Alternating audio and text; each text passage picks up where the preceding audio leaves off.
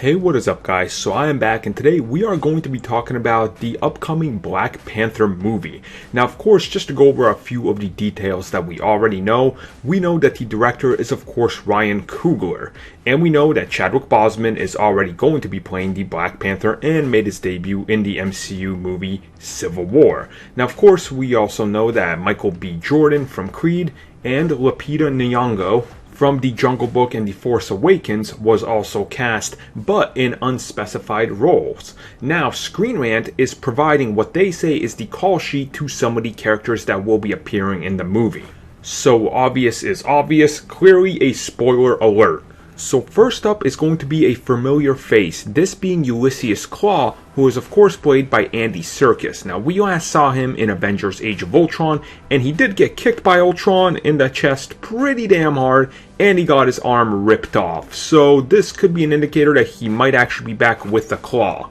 Now this next person would be Monica Lynn, a singer who saved T'Challa from drowning after being bested by Killmonger, his longest love interest, who he pledged eternal devotion towards. Next up would be Everett Kay Ross. Now of course we saw Ross appear in Captain America Civil War, and they have said that he will be coming back in future MCU movies. Now of course he was responsible for the Accords going forward, and clearly he had a big working relationship with T'Chaka, who is of course the father of T'Challa the Black Panther. So it remains to be seen if this, geopolitical thriller is somehow going to involve him going after the Winter Soldier.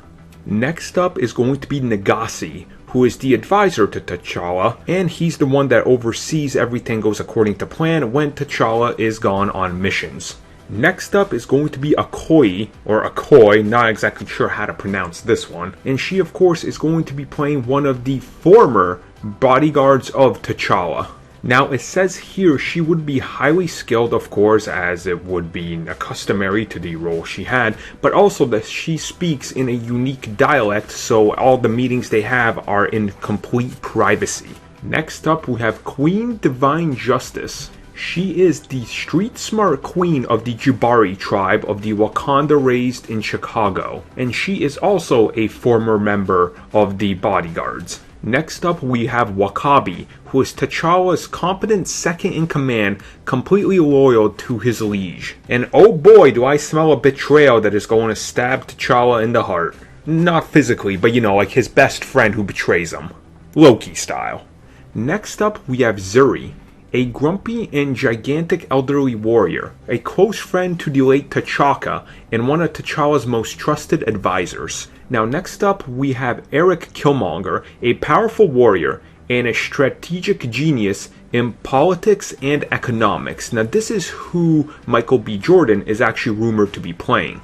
Next up is Malice, a Wakandan mutate with superhuman strength, speed, agility. She's a former member of the Brotherhood/Bodyguards of T'Challa.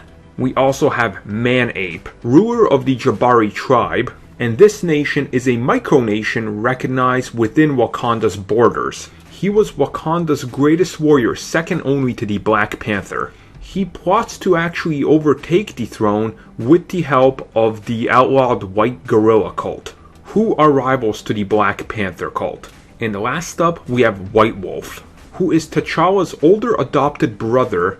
Now he was actually exiled from Wakanda by T'Challa due to his, various political, threats and national security and all that. So it remains to be seen how many of these people are actually going to be villains. Now obviously I think it is safe to say that there are going to be quite a few love interests in here, if not, just going with one. And I think they're definitely going to want to play up that, the king is still young and he doesn't really understand, and he's kind of coming onto this role not really having really learned everything what it takes to really be a king. So overall, if this is the complete casting list, this is pretty huge. I mean, they pretty much used everybody you could imagine being big in a Black Panther movie, which makes me think, well, what are they saving for a sequel? But overall, I'm really happy with this. They hit up on some of the more important points. I think it's definitely going to be Killmonger, who is in fact the one that is the villain. And like I said, I definitely feel that it is going to be the second in command that turns out to be betraying him, who is his best friend. But we'll see how that goes. Overall, like I said, I'm satisfied with this. You guys let me know your thoughts down below.